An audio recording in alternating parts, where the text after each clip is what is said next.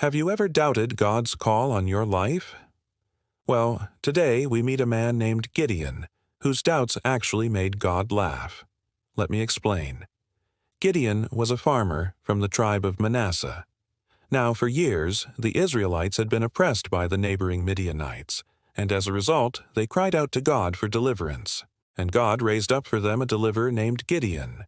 But when God first told Gideon, "Hey, you're going to be the guy," Gideon didn't believe him. I mean, Gideon was a farmer, not a warrior. He was like, "Yeah, okay, God, you've called lots of people to be heroes before. How about I just sit over here and watch while you do all the work? You know, maybe I can help plant some crops or something." But God was persistent. He kept telling Gideon, "You're my guy." And Gideon kept saying, "I'm busy with this farming thing. Can't you just send somebody else?" So Gideon keeps pushing back until finally God gives him two options.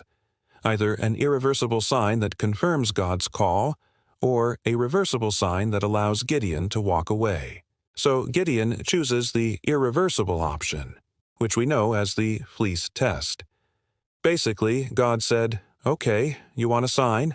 Here's a sign. This fleece will be wet with dew in the morning, but the ground around it will be dry." And sure enough, that's exactly what happened. The ground was dry, but the fleece was soaking wet. So Gideon was like, "Okay, God, you win. I get it. I'm called to be a deliverer." Then God says, "All right, let's go do this thing." And as they're getting ready to go to war, God tells Gideon to take all 32,000 of his soldiers and make them into an army.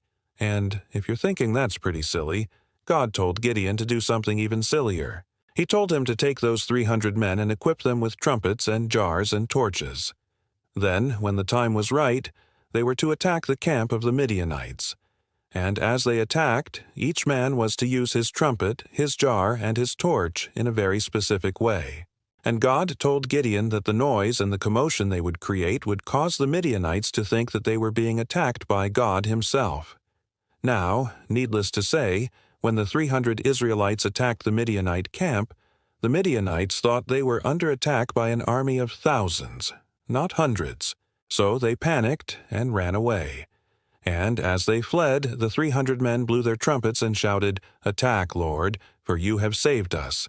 And Judges chapter 7 verse 22 says that in that one engagement, Gideon's army killed 150,000 men. Now, for those of you keeping score at home, that means that God's army was 300 to 150,000, or 500 to 1. Now, sometimes we think that big numbers equal strength, but in this case, it was the little guy that God used to take down the giant. And the reason God did this was to show Gideon and all of Israel that the victories they experienced weren't because they were so strong or so smart or so many, but simply because God was with them. Well, that's it for today. Don't forget to follow us here and subscribe to our channel. And until next time, remember, Jesus loves you.